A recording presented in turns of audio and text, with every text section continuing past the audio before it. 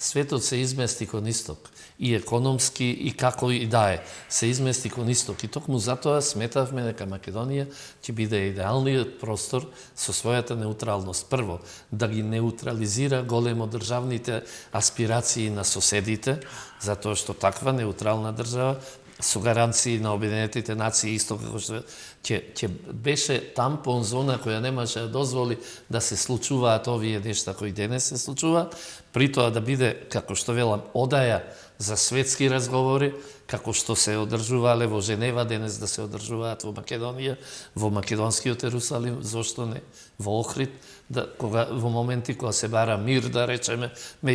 карикирам сега, меѓу Украина и Русија, зошто не би се одржувале во една таква неутрална, демилитаризирана Македонија.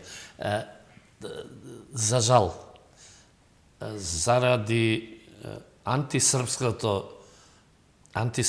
однос на тогашниот претседател на ВМРО-ДПМН, кој својата кариера не ја изгради врз промакедонски, туку врз антисрпски ставови, ВМРО-ДПМН излезе многу брзо со декларација за влез во НАТО и ние почнавме да молиме да не бидеме неутрална, туку да влеземе таму, кај што ќе не ги сменат и името, идентитетот и се останато.